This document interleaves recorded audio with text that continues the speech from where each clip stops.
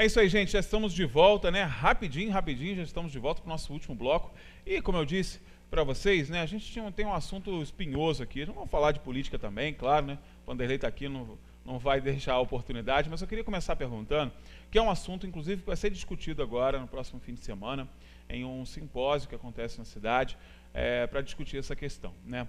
Nós temos aí o governo federal tentando instituir a chamada base comum curricular, né, que é uma base de ações e preceitos que será adotada pelo país inteiro na educação infantil. E aí, quando eu digo país inteiro, não é só a escola pública, não. A escola particular também vai ser adotada. E aí tem muitas discussões, além da discussão básica constitucional, né, já que a nossa Constituição diz que a responsabilidade da educação infantil está nos municípios, né? E aí vem o governo federal e tenta instituir uma base que fere essa, digamos assim, essa possibilidade do município tratar da questão da educação infantil sem ter interferência do governo federal. Tem outras discussões que dizem respeito à família. E aí está o meu objeto de pergunta aos meus amigos, o pastor Tiago e o Vanderlei Pérez, que estão aqui. Vou começar perguntando ao pastor Tiago. Pastor Tiago, existe hoje, né, uma normativa que pode se tornar, inclusive, regra para o país inteiro na área da educação, que quer trazer um conceito de família não muito convencional, né? E também afastar, e é afastar mesmo, e é isso que a base comum curricular propõe, afastar a família do ambiente escolar, né? Tornando a escola, de certa forma, ali, sem a interferência da comunidade. Que tipo de risco que nós temos quando nós temos aí a não valorização e, de certa forma, o valor da família desvirtuado por um órgão que deveria ser aquele que deveria lutar pela preservação da família? Bom dia, minha gente. Bom dia, Vanderlei, Anderson. Bom, cara, pensar que a família, que é o órgão principal, a gênese da história, está sendo demandada agora por um descaso total, já prova que sociedade a gente vai ter no futuro. Uma sociedade que já começou a ser esfacelada, uma sociedade ressentida, uma sociedade mimada, uma sociedade que é necessário que ela amadureça, mas que não se promove a base para o amadurecimento dela. Sim. Então, se família, que é o núcleo principal, o laboratório de desenvolvimento, de crescimento, de partilha, de abnegação, de dar, de doar, como também de retrair, ou seja, onde você aprende e aprende muito. Se isso está sendo agora demandado e dado descaso, a gente está percebendo o que está acontecendo, que sociedade a gente está vivendo hoje. Então, eu creio que, assim, quando você volta para a Bíblia e você vê que em todo momento da Bíblia há uma valorização dessa gênese da vida humana dentro de um seio familiar, não é à toa que Jesus ele não aparece do nada. Opa, apareceu, quem é esse aí? Ah, eu sou o Messias. Não, ele não aparece do nada, ele aparece dentro de um seio familiar, com José, com Maria, é ele, tem junto com ele a sua família, e dentro desse seio familiar, ele vai crescendo, se desenvolvendo, e a Bíblia ainda vai dizer que Jesus crescia em estatura, graça e sabedoria diante de Deus e diante dos homens. Família é a melhor maneira de você aprender a ser gente, a se humanizar. Deixa eu contar um exemplo do que aconteceu esses dias comigo, e aconteceu isso a partir do meu filho. Olha como a gente, a partir da partilha, do entendimento mútuo, do conhecimento um do outro, a gente vai crescendo, independente de idade. Esses dias eu cheguei para o meu filho e falei o seguinte: meu filho, ele é muito na dele, é muito tímido. E aí você olha para mim e fala assim, pô, os caras falam com todo mundo, está sempre aí conversando. É o contrário, né? É o contrário por completo. E aí eu fui chegar para ele e eu fiquei incomodado com essa timidez dele. Eu não sei, me deu um incômodo, uma coisa aqui que não descia nem por nada. E aí eu cheguei em casa, antes de dormir, fui e falei assim, é hoje que eu converso com esse garoto, é hoje que eu converso com esse menino. Fui lá no quarto dele e falei assim, olha só, o pai quer conversar com um negócio com você. Cara, que história é essa? Você não quer fazer amigos, você não quer ter tantos amigos do seu lado, ou tantos colegas, não quer ter tanta atividade para você, você quer ficar mais ocioso, ele está com 13 anos, você quer ficar mais ocioso, que história é essa? Oh, tem tanta oportunidade, o pai pode ser ponte para você para tanta coisa, eu não estou gostando disso. E, gente, joguei conversa atrás de conversa, o menino só foi se diminuindo, falei assim, tenho dito. Virei as costas, dei boa noite e fui embora para o quarto. Quando eu cheguei no quarto, E aí a ficha caiu, e aí eu comecei a relembrar, rememorar, que na realidade eu não estava brigando com meu filho, eu estava brigando comigo. Vou explicar melhor essa história aí. Quando na idade dele, eu era do mesmo jeito. Eu era um cara tímido, um cara muito fechado, muito em mim mesmo, e não conseguia fazer amizade. Só que eu não tinha pontes para fazer amizade. Eu me sentia incomodado. Escuta só que história louca. Lá na igreja que eu pertencia desde pequeno, a gente tinha lá, cada virada de ano, a ideia de renovar um propósito para o próximo ano, coisa que todo mundo faz, correto? E aí um dos propósitos era que eu tenha amizades no próximo ano. E aí virava o ano, o outro ano eu diga que eu consiga fazer amizade no próximo ano. Então aquilo era um incômodo, mas eu não conseguia passar do lado da intransigência que eu mesmo provocava. Então caiu a ficha que no fundo eu não estava brigando com Moisés, eu estava brigando comigo e com o ser que eu era, e que eu era inconformado e que não tinha ponte. Eu dizia: Moisés, você tem ponte e você não quer aproveitar essa ponte.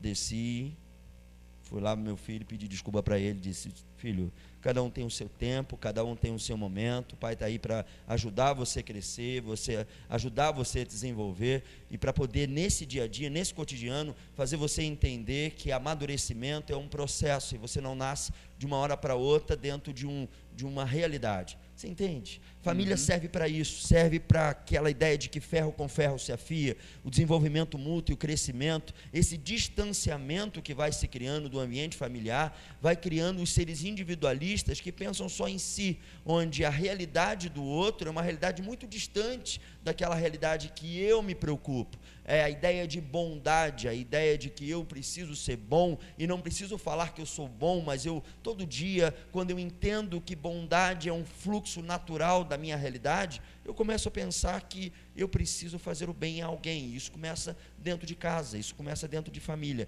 As redes sociais, elas jogaram a gente distante um do outro. A base curricular quer colocar a gente distante um do outro. Daqui a pouco, família, das maneiras como está se reconstruindo esse processo familiar, e agora a distância de família cada vez maior, vai fazer com que, no fim das contas, a gente possa ter a história de Caim e Abel se repetindo. É gente matando gente e olhando para o outro e dizendo qual vai ser o próximo, porque no final das contas não existe um sustentáculo, não existe uma base, não existe um freio, não existe ninguém dizendo: agora você vai parar e vai ficar de castigo e vai ficar aqui ouvindo. Por isso, é mimado porque não vai ter castigo, é mimado porque não vai ter freio, é mimado porque na escola, quando o moleque chegar e falar não vou fazer, não vai fazer. Esses dias não bateram numa mulher aí, numa professora, só para você ver, é um desenfreamento da sociedade. Então vamos abrir o olho nessas realidades, porque essa história de que família, ter família e olhar para a família com cuidado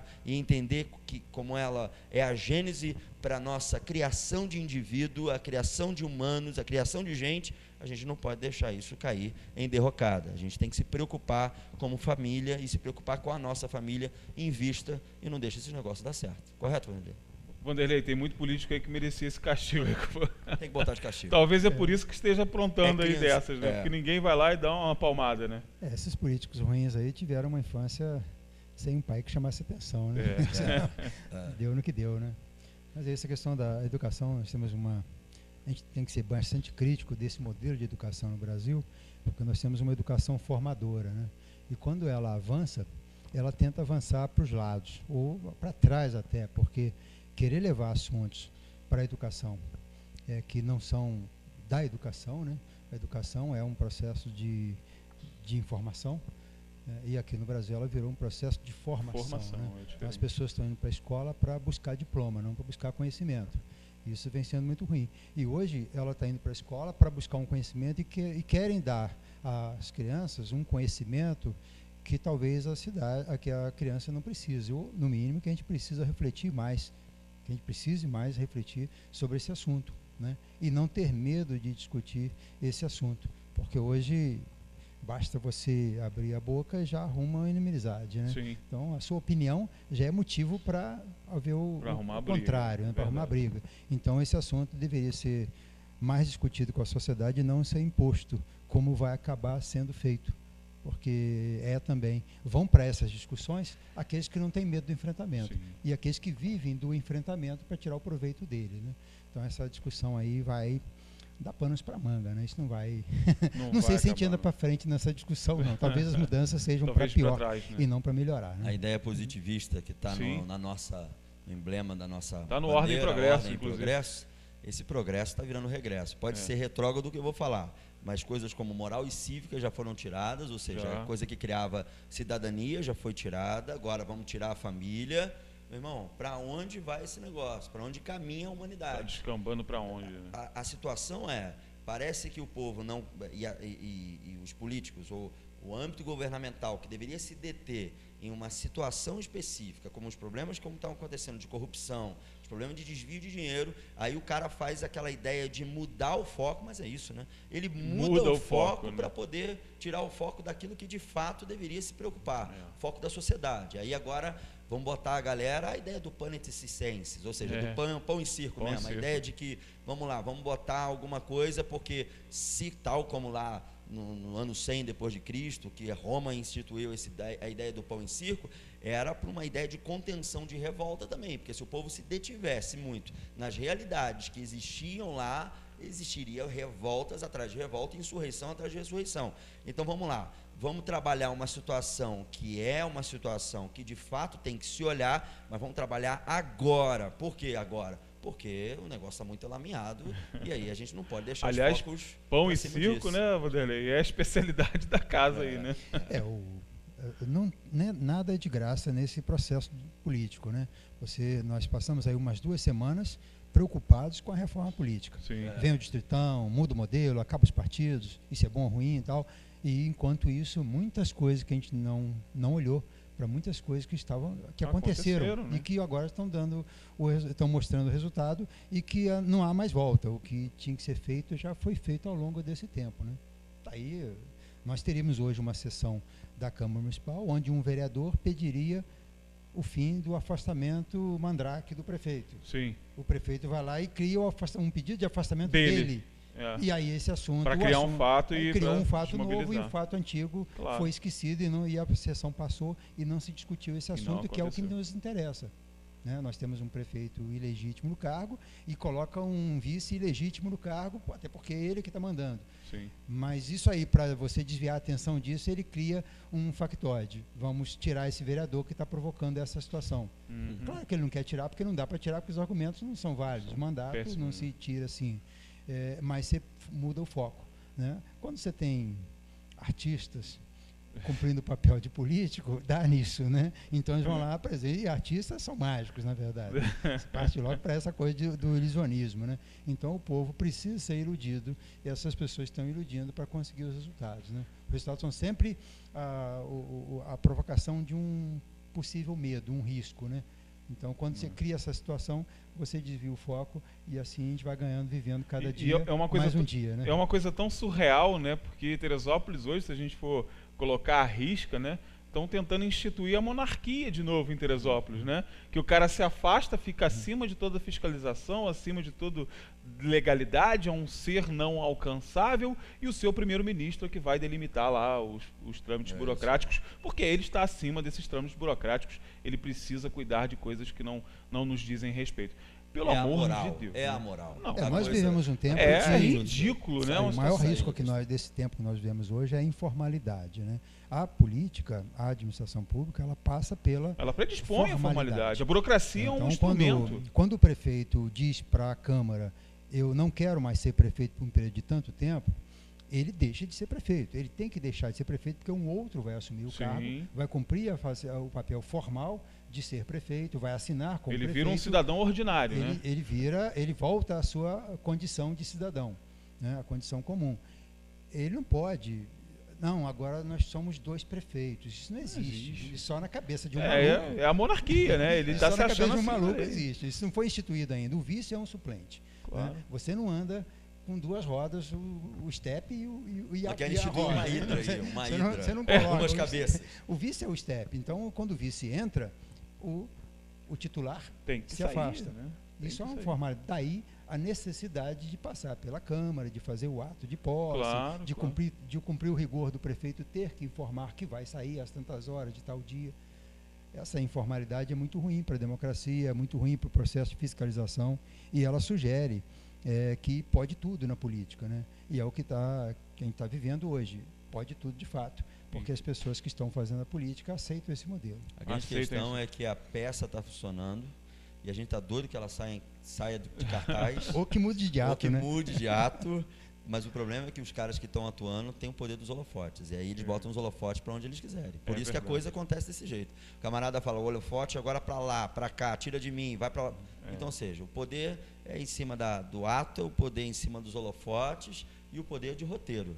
Agora, o lance é, quem está aqui tem o poder... O espectador tem um controle remoto na mão, né? E pode desligar. Não pagar mais essa conta desse ingresso. E desliga isso aí, velho. Vai ler um livro. Quem troca o elenco é o eleitor, né? Quem troca o elenco é o eleitor. Vamos trocar esse elenco, pelo amor de Deus, né? Chega dessa gente aí. Pastor, tá mais tranquilo? Agora porque você jogou água, eu derrubei água aqui hoje, foi uma beleza. Né? Mas tá tranquilo agora. Agora eu tô tranquilo. Você tá aqui, eu tô bem, tô feliz. Chefe, obrigado de novo pela participação. Prazer participar. Muito bom receber sempre o chefe aqui. Pastor, muito obrigado pela sua participação também. E semana que vem a gente está junto de novo, né? É isso aí. Para você que nos acompanhou até agora, muito obrigado pela sua participação. Amanhã tem mais, né? Nosso último programa da semana amanhã. E eu espero que você esteja aqui comigo a partir de 10 horas da manhã na versão ao vivo. E se você quiser nos acompanhar nas reprises, fique à vontade também. Um grande beijo para você, excelente quinta-feira e a gente se encontra amanhã. Até lá. Jornal Diário na TV. Oferecimento: Hospital São José. Tudo pela vida. E Segue Rio Gás Natural Canalizado. Fornecimento contínuo de qualidade de vida.